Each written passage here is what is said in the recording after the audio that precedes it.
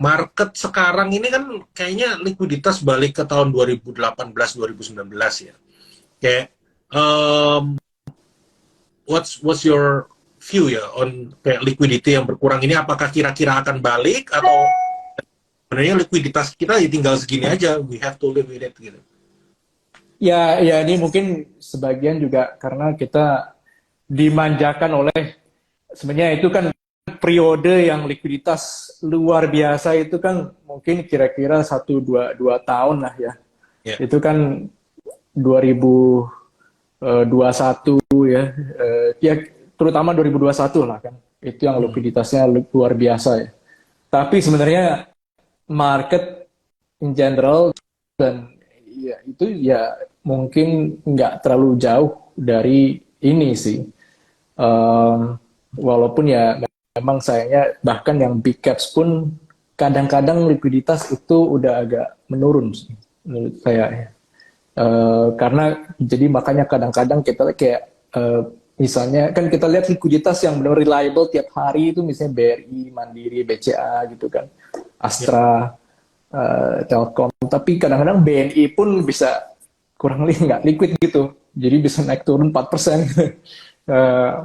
Jadi itu mungkin yang big caps yang lumayan besar itu yang mungkin sayangnya agak kurang nggak begitu liquid ya. Tapi kalau misalnya ya small cap kapitalisasi di bawah ya 50 triliun ya sebenarnya ya memang ya seperti ini yang normalnya lah. Dan ini sebenarnya kalau di market in general itu kalau saya juga ngobrol-ngobrol sama teman-teman nih, saya yang manage regional fund semua juga sama sih.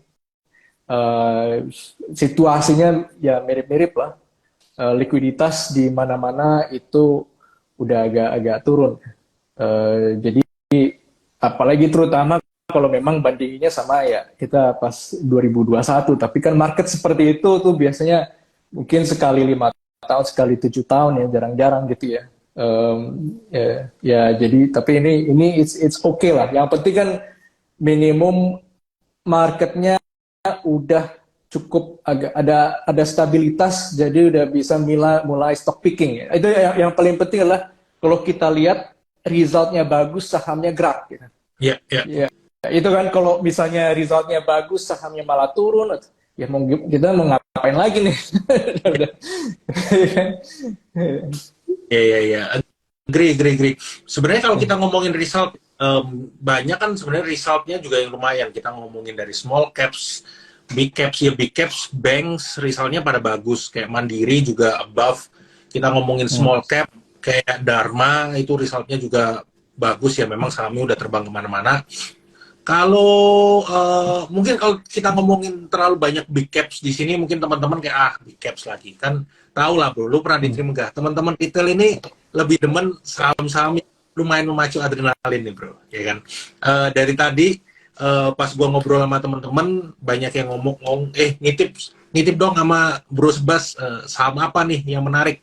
Karena kan kayaknya likuiditas berkurang, ya kayak yang lu bilang we have to live with it. Tapi banyak yang bingung juga nih bro, kayak saham kan sebenarnya indeks kita kan sekarang lagi nggak kemana-mana ya. Mungkin big caps beberapa mulai naik, tapi kalau dari lu sendiri kayak small mid caps yang cukup menarik, menurut lu apa bro? Ya kalau menurut gue kalau kita lihat dari ya pertama yang kalau dari sektor-sektornya ya atau subsektornya, ya dari sisi yang kelihatannya masih lumayan bagus itu adalah yang kayak seperti auto related lah ya. Ya. Anything auto related ya. I think financing juga kelihatannya bagus, lihat semua multi finance kan first Q-nya bagus semua tuh. Ya betul. I think menurut gue masih bisa lanjut tuh, dan beberapa multi finance companies actually itu I think karena tahun lalu kan multi finance juga banyak kan ada yang berkaitan dengan motor juga gitu ya, walaupun sebenarnya multi finance macam-macam lah ya kan, motornya volume udah recover, mobil kayaknya masih naik, Dan juga kita kita lihat bond yield Indonesia masih bagus gitu kan. Naiknya nggak kayak di US, dan kalau you lihat itu even government bond yield aja kan sekarang bagus banget dibandingin tahun lalu tuh. Kan kalau nggak salah masih agak turun ya. Iya. Iya. Iya. Hmm. Dan kayak beberapa kayak Merdeka ngeluarin bonds itu kan tahun lalu 9,5, eh, apa kayak masih dapat 9,5%, sekarang mungkin di bawah 9% gitu kan. Ya. Kalau BFI Finance saja kan ngeluarin obligasi itu, saya kira bakal sekitar 8, mungkin deket-deket 8%, ternyata yang 3 tahun cuma 7,4%. Ini kayaknya dia mau isu lagi, bisa mendekati lebih dekat lagi ke 7%, atau ya udah, jadi bisa lebih rendah lagi yieldnya. Jadi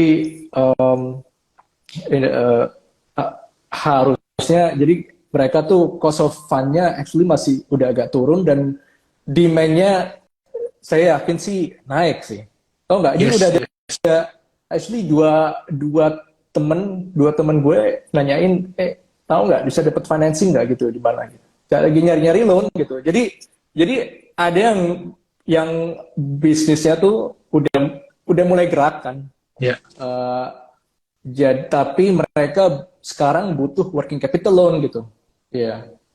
Ya. Ya, masanya duit mereka tuh waktu pas zaman COVID itu ya, duit mereka habis kan, mereka ya kasihan lah kan, mereka tetap keep pegawai-pegawainya itu, tetap mereka ada gaji gitu ya. Jadi sekarang Ya. mereka lagi butuh financing nih, untuk sebenarnya demand-nya udah mulai jalan gitu ya. Jadi saya sih masih optimis untuk, ya, ekonomi Indonesia udah mulai agak-agak gerak. Belum kelihatan nih, second Q juga mungkin belum kelihatan, tapi mudah-mudahan di pertengahan kedua itu udah mulai kelihatan ya, udah mulai gerak gitu.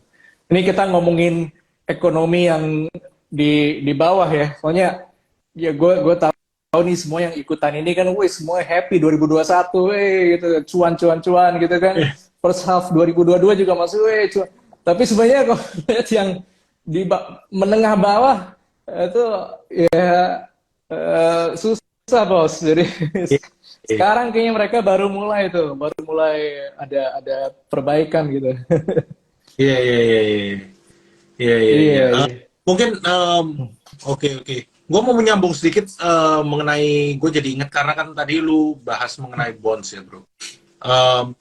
Jadi kan sebenarnya kalau kita lihat nih, ini menyambung soal yang foreign tadi. Gue waktu itu kan ngobrol sama Fahrul, ngobrol sama teman-teman di fixed income. Jadi kan yield kita itu kan udah turun terus, bro, yang 10 years. And memang kan foreign itu sempat inflow terus kan, inflow kenceng di bonds. Tapi kalau gue lihat, ya memang ada inflow juga di saham. Tapi kenapa sekarang itu inflow dari asing itu udah nggak bisa ngegerakin saham ya? Kayak misalnya, mungkin lu kalau ingat 2017, 16, 17, yang foreign hampir tiap hari, mungkin nggak hampir lagi, tiap hari masuk ke BNI dan lain-lain. Itu kan naiknya pada gila-gilaan. Tapi sekarang foreign kadang sempat beberapa minggu yang lalu, sebulanan terakhir hampir tiap hari 1T, 1T, 1T, indeks kita tetap nggak kemana-mana nih, bro. Nah, kayak apa ya bedanya? Kayak padahal likuiditas mungkin kayak yang lu bilang tadi, sekarang ini udah balik ke pre-COVID. Jadi mungkin nggak beda jauh gitu. Kayak ya kan sempat IHSG kita juga 89T, dulu juga segituan. Asingnya sekarang juga net buy, tapi nggak naik gitu, bro, indeks kita. Kenapa ya? Ya, I think dari insti lokal tuh emang ada yang jualan lah, kan ada redemption. I think in general dapen juga sebenarnya ini kan udah dari setahun lalu itu cenderung ke switch ke bond ya. Ya, Ya, mengurangi bonds ya. ya masih ada kecenderungan ke situ ya. Ya ini pasti akan inilah, akan berhenti juga gitu kan nanti. Tapi ya itu salah satu sebabnya sih. Ya itu, tapi kan juga kalau kita lihat, tapi memang at the end of the day, ya lu kalau tetap butuh asing sih. Kayak hari ini kan properti gerak ya dibantu oleh asing juga kan. Maksudnya kalau lokal doang yang beli itu naik sih, ya bisa naik gitu ya. Tapi untuk naik banyak itu agak susah gitu. Iya, iya, iya, iya. Iya. Nah, kan lu tadi ngobrol soal kita ngobrol santai aja ya teman-teman ya. Hmm. Mungkin teman-teman kalau nanya silahkan kita ngobrol kanan kiri aja. Em, yes, soal tadi yang Dapen. Dapen ini kan memang memang kalau kita lihat trennya itu pada masuknya ke obligasi. Mungkin kalau teman-teman ingat, saya agak lupa tahun lalu apa 2 tahun lalu mereka juga udah beberapa kan di berita lagi diperiksa soal yang saham, jadi mereka memang memilih kayak oke, perbanyak investasi di obligasi aja, obligasi pemerintah karena itu kan resikonya lebih rendah. Tapi balik lagi bro, kayak yield kita ini kan pelan-pelan udah mulai turun lagi, turun lagi. Sekarang aja kan terakhir itu udah di 6,4 ya. Ini kan udah lowest awal tahun 2022 nih. Jadi mungkin nggak sih, menurut lu aja, mungkin nggak sih kayak dapen-dapen atau mungkin para investors, whoever lah, mereka akan melihat kayak yield kita udah, yield Indo udah kayak kurang begitu menarik nih di harga sekarang gitu. Lalu akan ada inflow balik ke saham, mungkin nggak sih? Menurut gue justru it's yield itu ya oke sih. Ini kalau misalnya obligasi pemerintah nih, misalnya yieldnya naik, yang 10 tahun deket-deket 7 aja, itu juga gue pengen beli lagi gitu. Gue pengen beli. Soalnya lu kalau lihat itu kita tuh inflasi Indonesia tuh yang amazing di Indonesia nih, itu inflasi bisa terjaga gitu. Kalau lu lihat misalnya 20 tahun ke belakang, 15 tahun ke belakang, 10 tahun ke belakang, inflasinya kan selalu naik turun ya orang gila lah, nggak jelas ya. Ya kan, jadi susah untuk dikontrol ya. Tapi inflasi di luar negeri lagi gila-gilaan, sempat kan gila-gilaan, ini kita Indonesia masih terjaga gitu kan, masih 3%, dan ini sebenarnya ya kalau 3% inflasi, dan bisa argue ini 3% ini long term ya. Kita kan berarti lo real rate itu 3%, sekarang masih yang 7 tahun 6,7%, kan 3,7%. Kalau gue sih bisa yield, bond yield 10 year itu mungkin bisa lebih dekat ke 6% gitu. Oke. Iya, jadi itu menurut gue yang akan terjadi justru bond yieldnya ya memang akan turun terus, dan at some point itu dan bond yield turun, rupiah menguat, Ya. asing akan masuk lebih agresif lagi di saham nanti. Nanti sahamnya gerak. Gitu. Oke. Ya. Jadi sebenarnya kalau kita ngomongin asing masuk, udah masuk teman-teman, perlu diingat lagi.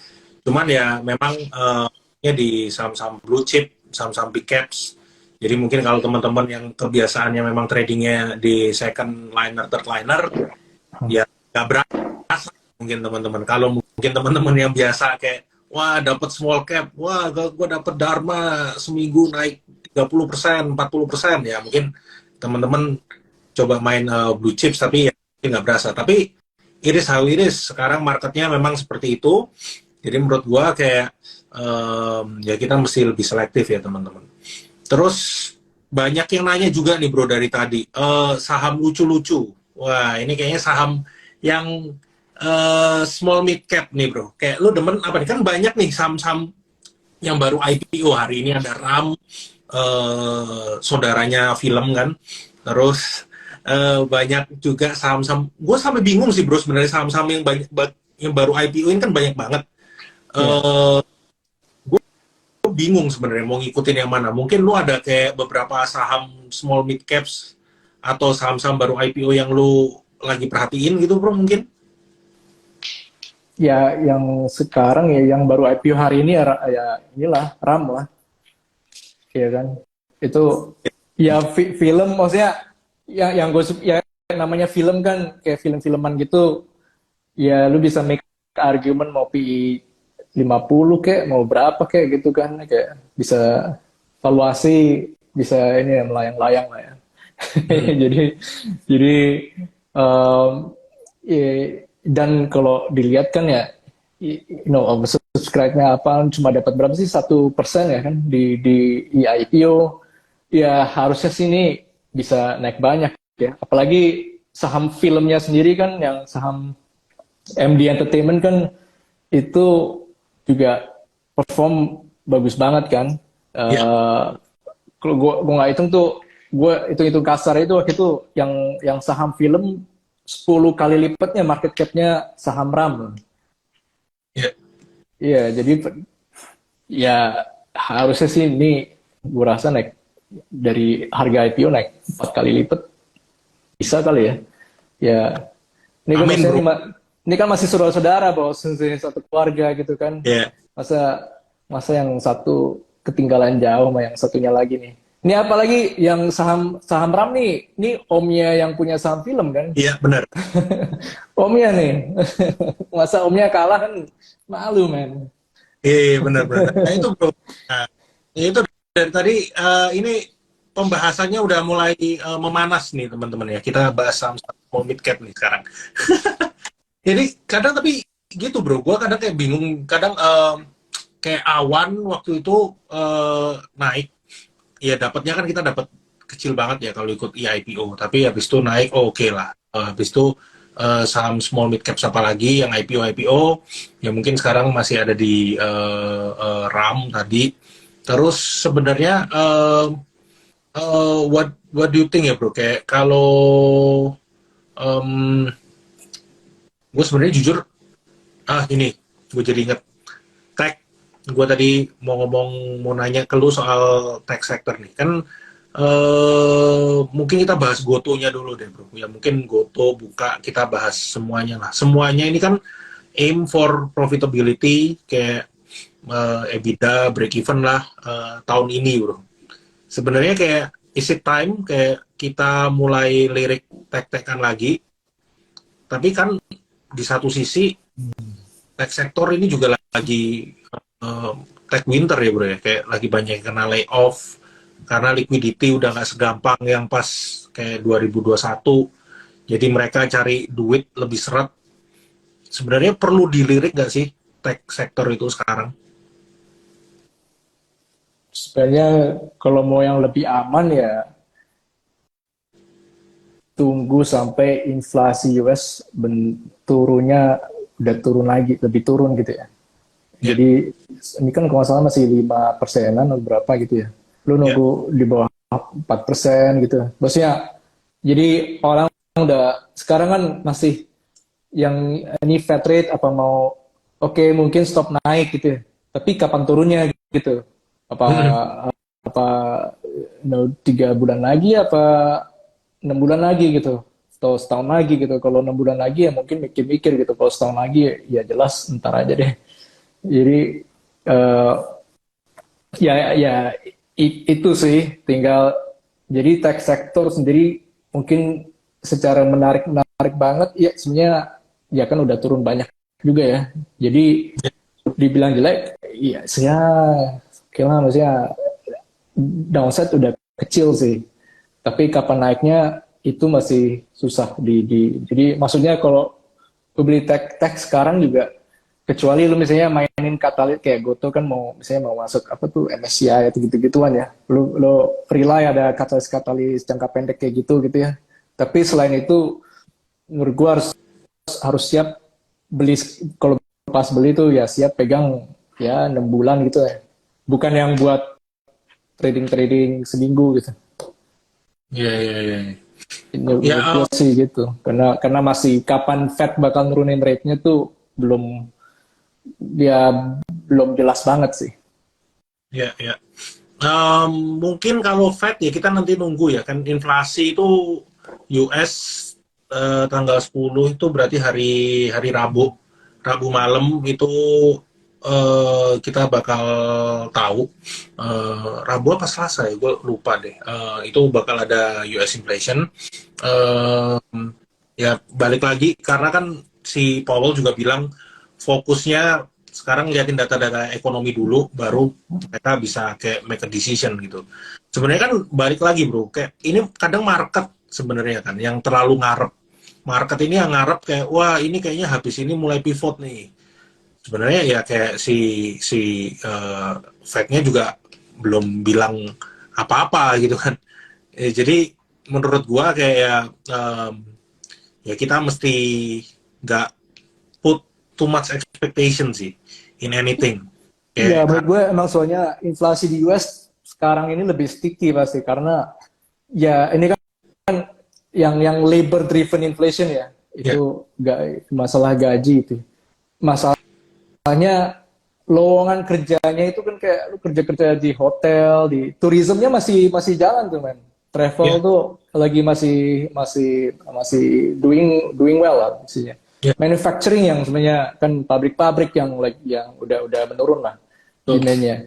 Nah, masalahnya tuh pergerakan pekerja kan nggak segampang itu, butuh butuh waktu gitu. Dan ini bukan cuma itu sebenarnya yang banyak bukan dari pekerja dari pak. Kalau di Amerika bukan dari pabrik, ke misalnya kerja di hotel atau di airport ya. Yang banyak Hmm.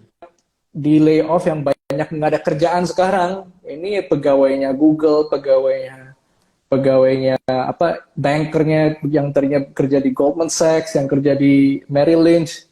Ini kan yang gajinya gajinya 2 5 10 M setahun kali.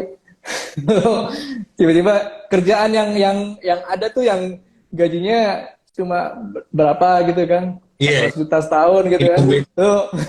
Jadi orang-orang kayak gini kan nggak bakalan kerja di airport gitu ya.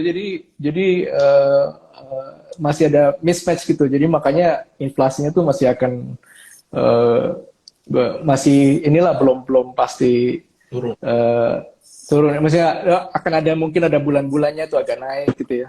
Jadi belum belum confirm lah gitu. Ya, ya, ya. Makanya sebenarnya kayak kalau data inflation yang terakhir itu juga kelihatan kayak consumption dan lain-lain itu dari sisi industri kayak pabrikan itu udah mulai turun, tapi kayak personal consumption itu yang belum yang lebih susah turun tuh bro, lebih lebih stick. Jadi balik lagi teman-teman kita nanti tunggu aja buat data-data ekonomi inflasi nanti itu ada di hari Rabu. Terus kalau teman-teman tadi ada yang nanya GoTo MSCI kapan? MSCI itu nanti minggu ini teman-teman pengumumannya itu di tanggal 11 apa 12 gitu, Kamis atau Jumat. Ya likely sih GoTo yang masuk. Cuman kalau ternyata kali ini nggak masuk lagi ya bisa ambiar lagi sih kayak waktu itu. Waktu itu kan sempat market expect masuk ternyata nggak masuk ya terus sempat turun lumayan kan beberapa hari. Ya itu yang teman-teman perlu prepare lah kalau trading saham-saham kayak gitu. Terus kita mungkin banyak yang nanya gue soal sektor properti bro. Kayak sektor properti ini kan kadang jalan sehari dua hari habis itu agak keok lagi. Hari ini sih kayaknya flow-nya lebih firm nih bro. Kayak kalau kita lihat di SMA, CTRA, flow-nya kayaknya udah mulai kuat. What do you think bro on property sectors ya? Ya, gue suka properti ya. Gue juga beli-beli CTRA juga. Hmm.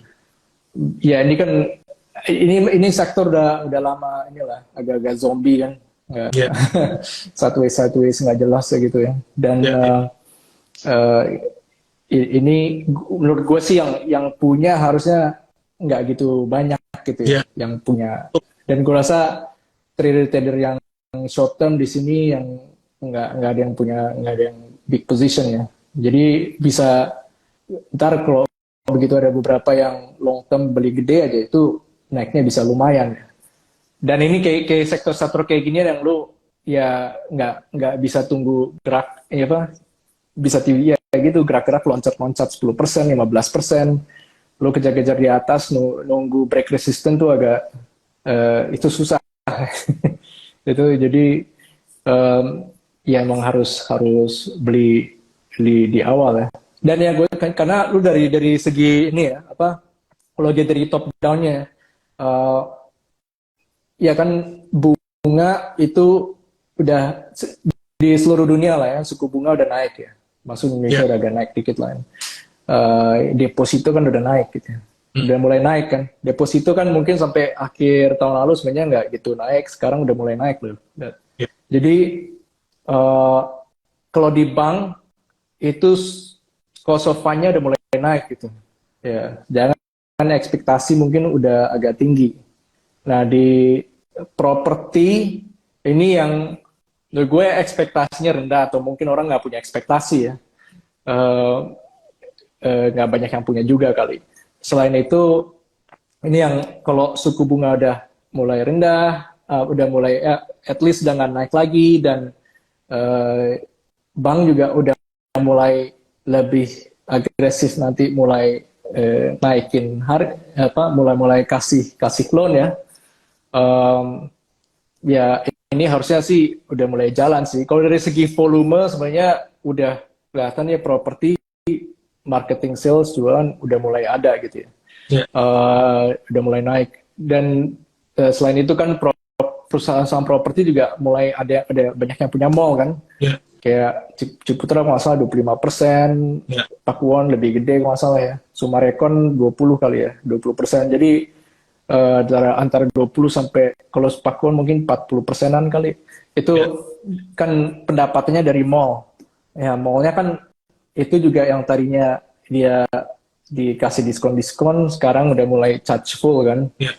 fee-nya, rentalnya. Jadi ini kan lu kalau naikin rental fee di kayak mall gitu kan, itu semuanya langsung ke profit tuh. Jatuhnya kan dari pendapatan naik, itu semuanya langsung ke profit. Jadi harusnya profitnya masih bisa naik dan kan revaluasi masih oke semuanya itu yang kayak properti yang cukup besar-besar ya, Ciputra, Pakuwon, Sumarekon kalau nggak salah sih sekitar 11-12 kali PE. It's okay gitu. Ya, zaman dulu tuh mungkin dulu kita ngomongin 2017 gitu ya, ngomongin properti masih ngomongin 15-an kali PE, 17 kali PE gitu ya. Ya. Sekarang udah 11-12 kali PE gitu. Tapi kalau di bawah 10 kali PE udah tutup mata beli lah gitu. Ya, dan mereka kan masih kasih dividen juga gitu. Ya lumayan lah 1-2% katakanlah kalau masih agak nyangkut ya at least dapat dividen gitu kan. Ininya ya dan kayak ya menurut gue sih ya ini yang nggak banyak yang punya jadi harusnya bisa naik. Gue sendiri sih punya kayak Ciputra. Gue juga lagi lihat-lihat yang kecil yang agak menarik mungkin Gapura kan. Wah. Nggak tahu kan lo? Nah tuh. Oke. Gapura. Yoi bro itu market cap cuma 500 bio men. Balance sheet kayaknya oke, lumayan cukup clean, nggak terlalu banyak utang. Mereka actually setahun 2 tahun terakhir bayar-bayarin utang kok. Ya ininya juga mereka juga ada masalah Serpong Town Square ada. Dan kalau perumahannya gue lihat sekilas sih kayaknya lebih ke small mid cap small low mid end gitu. Ya. Ya. Mungkin yang tahun ini tuh agak beda. Lu kalau konsumsi yang doing well pas tahun 2020, 2021 itu sebenarnya high end. Ya.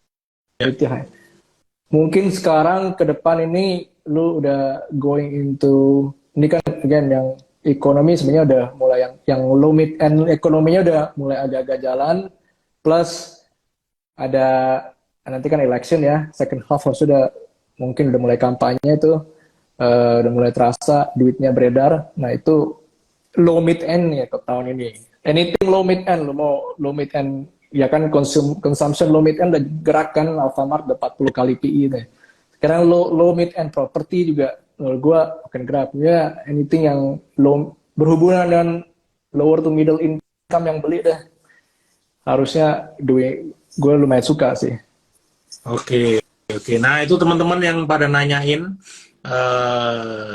stock pick kayak saham apa, sektor apa yang menarik udah dijawab ya teman-teman. Jadi hopefully catat kalau yang ketinggalan ini nanti akan ada kayak biasa di Instagramnya Trimegah. Nah, gue sebenarnya agree bro, buat properti ini kan sebenarnya kayak ya marketing sales, pre-salesnya semuanya Sumarekon, CTRA itu oke. Mungkin juga kayak kalau teman-teman yang nunggu pick 2 Pani itu ya, Pani sih sebenarnya sahamnya udah mulai naik lagi. Bulan depan kan Rups juga, soal yang red issue-nya next-nya seperti apa. Jadi sebenarnya mungkin mana yang gue ngeliatin kayak properti ini kayaknya kali ini beneran bisa jalan kayaknya, karena balik lagi kayak orang juga sektor-sektor yang lain kan mulai berkurang ya, kayak misalnya tech sektor kayak kurang bergairah, appetite-nya kurang. Terus kita ngomongin komoditi juga udah enggak kan dibandingin tahun lalu. Jadi mungkin bisa aja ada some switching dari kayak sektor-sektor yang kayak orang-orang itu heavy di tahun lalu, tahun ini, and now gitu mungkin bisa dapat inflow. Kayak ya properti tadi, mungkin kayak consumption yang mid to low itu juga bisa kita perhatiin juga. Gue agree. Terus satu lagi nih bro, kayak yang gue masih selalu jadi pertanyaan ini, kayak kan banyak banget orang yang bahas itu EV ya bro ya, kayak ya mungkin udah bosen lah orang-orang bahas electric vehicle. But what's your view ya on electric vehicle ini buat kita? Gue believe sih. Tapi apakah will it happen anytime soon? Mungkin kalau anytime soon enggak. Tapi kayak is it time? Kayak kita udah mulai ngeliatin sekarang apa ntar aja? What do you think bro? Oh, electric vehicle ya itu udah pasti udah will be the future kan. Tinggal berapa tahun. Cuma kalau orang mikir 10 tahun biasanya kejadiannya bisa lebih cepat karena ini kan udah jelas gitu teknologinya apanya udah arahnya udah jelas. Kalau lu lihat kayak semua yang car manufacturers di dunia aja semua R&D-nya, research-nya tuh udah ke situ gitu. Yang ada yang bilang, gue mau keluarin spend $10 billion, ada yang spend $5 billion. Jadi, kalau mereka udah semua pada keluarin duit untuk R&D, untuk harusnya sih itu bisa jalan ya.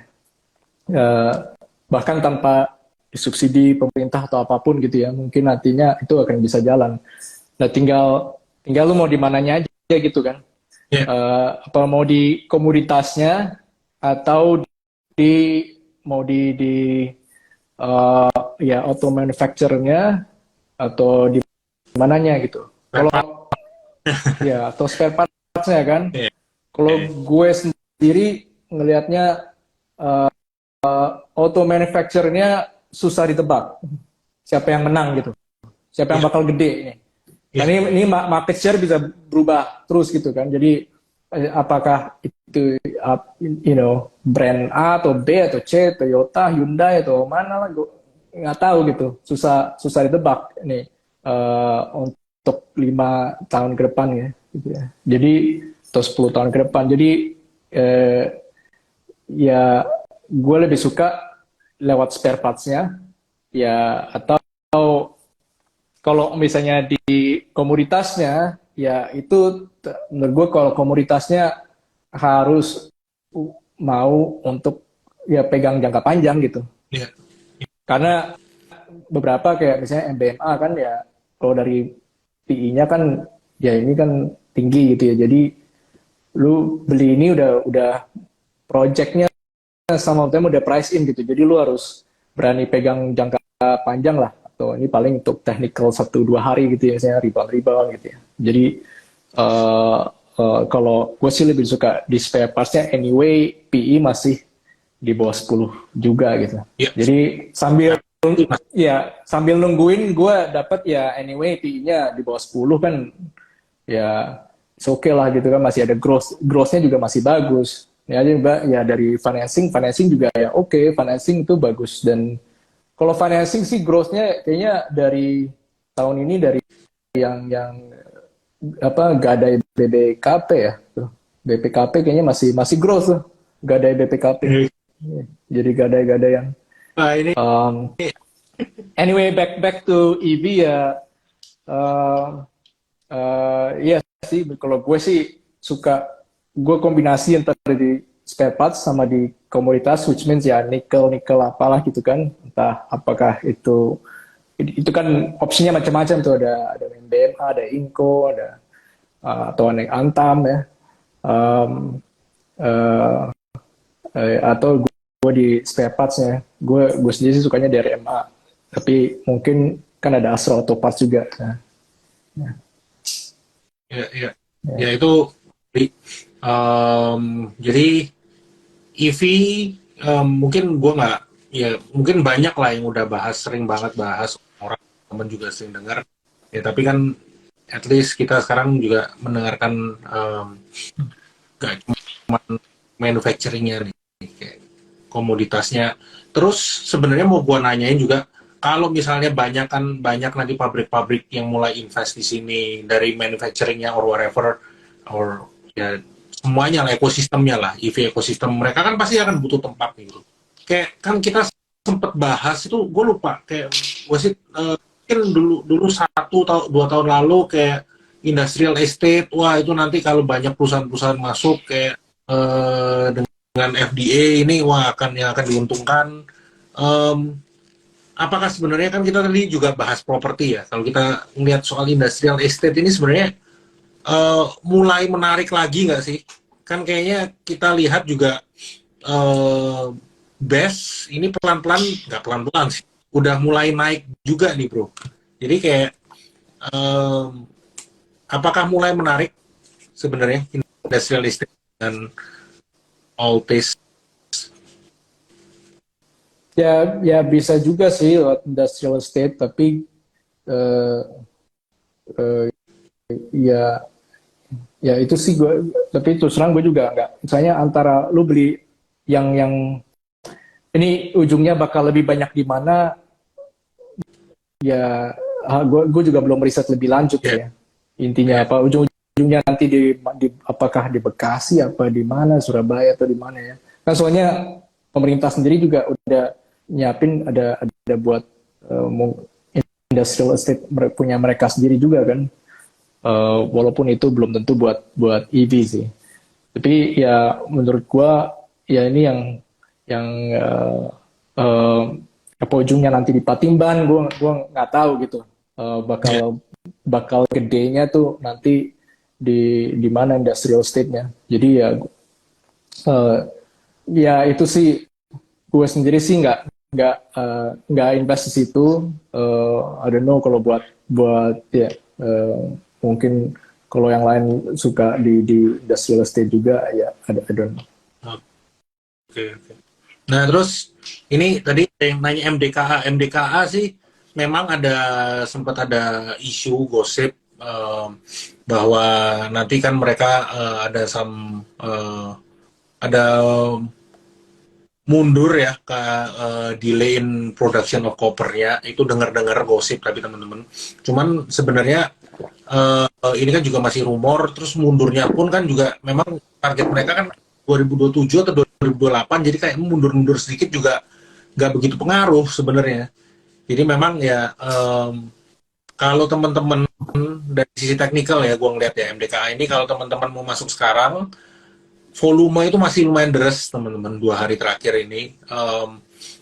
Memang dia itu ada deket support di dekat 3.200 sampai 3.300. Kalau teman-teman mau ya cicil aja dulu sedikit di situ, cuma jangan terlalu agresif karena volume 2 hari terakhir malah naik untuk MDKA sebenarnya. Ya laporan keuangan belum keluar, masih limited review.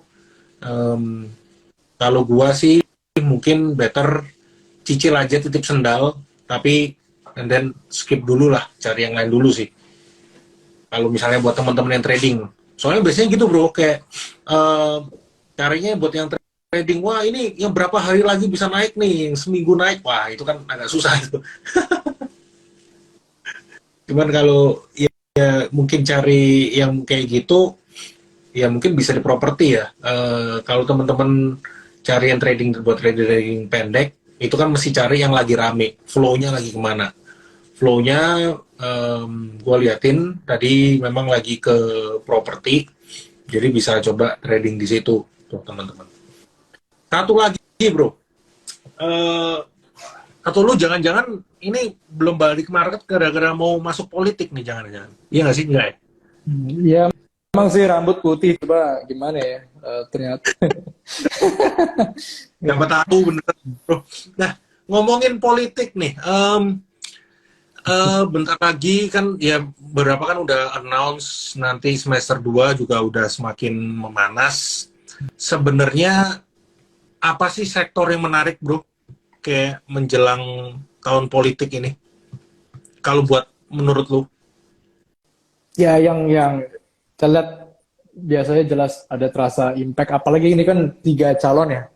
3 calon berarti kemungkinannya cukup, ya kemungkinannya besar lah. Ini dua kali kan electionnya, presidennya. Nah, Ya. berarti lumayan kampanye 2 kali itu. Itu ya harusnya consumer ya. Tapi kalau consumer kan masalahnya ya banyak udah naik juga gitu. Iya, benar. Jadi ya kalau consumer masalah gimana cari-cari yang atau pas lagi turun-turun atau gimana biasanya itu aja sih masalahnya. Ya. Pilihannya soalnya ya nggak gitu banyak amat sebenarnya kan. Itu aja gitu. Iya, Alfamart, itu apalah, ICBP, CBP yang masih agak murah 12 kali PI. iya, Gue sendiri juga masih suka Ultra Jaya ya. iya, iya. Soalnya Cimorinya Atau udah tinggi juga.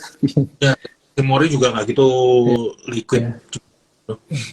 Atau mungkin ya menyambung yang lu bilang tadi kayak consumer, dan mungkin kayak lu kalau bilang yang mid to low, ya mungkin kita bisa buat retailersnya kali, bro, retailers yang buat mid to low, karena ada kampanye perputaran duit, jadi orang-orang kebetulan juga kayak menyambung yang lu bilang kan, consumption di mid to low juga membaik, jadi kayak di satu sisi membaik, ada perputaran uang juga dari kampanye, jadi mereka ada lebih banyak likuiditas to spend gitu. Itu lo kayak mungkin Rals, maybe, yang udah lama nggak diliatin. Kayak, Ya, RAL sudah lama nggak diliatin sih memang. Mungkin, tapi Era Jaya lebih liquid sih. Dan turun juga kan. Iya. iya, iya, iya. Ini Iya. mumpung juga, tadi Watch juga ini teman-teman, mumpung dia lagi koreksi, dari sisi teknikalnya sekitaran 420 sampai 430 itu bisa entry sebagian tuh. Any last words, bro, buat teman-teman di sini? Thank you loh udah join. Bagi teman-teman yang ketinggalan, ini nanti akan ada rekamannya di Instagramnya Trimegah. Mungkin ada yang mau lu sampaikan, bro, sebelum lu nanti jangan-jangan lu gabung di politik, jadi nggak bisa live lagi bareng kita, ya kan? No worries bro. Thank you banget bro atas undangannya. Ya, semoga teman-teman pada cuan semua lah ya. Wah, itu Cuan melintir. Tapi ya gue yakin nih pokoknya indeksnya is okay lah. Jadi buka, kita nggak di booming gimana banget, tapi at least lihat saham yang atau perusahaan-perusahaan yang resultnya bagus atau yang emang ada story apa bisa gerak gitu. Jadi itu yang penting. Jadi lu bisa pilih-pilih gitu. Ya, ya. Fokus on fundamentals lah ya, bro, ya berarti ya. Ya zaman sekarang I think untuk ya harus ada fundamentalnya lah. Itu gue juga benar ya lihat technical juga untuk kapan belinya gitu ya. Tapi di kombinasi soalnya gimana namanya market kan belum, I think belum ya itu kita belum di bull market gitu. Jadi lo harus lihat upside tapi lihat downside juga gitu. Kan kalau 1-2 tahun lalu kan mungkin salah pencet ticker aja bisa naik gitu. Iya. Nggak tahu apa yang dibeli gitu. Sekarang mesti do some more research lah, teman-teman, kayak baca-baca, coba cari tahu, dan sekarang sources of information juga banyak kan untuk teman-teman cari. Oke. Thank you, bro. Nanti kapan-kapan kita live lagi, bro. Ya bro, thank you. Thank you teman-teman semua.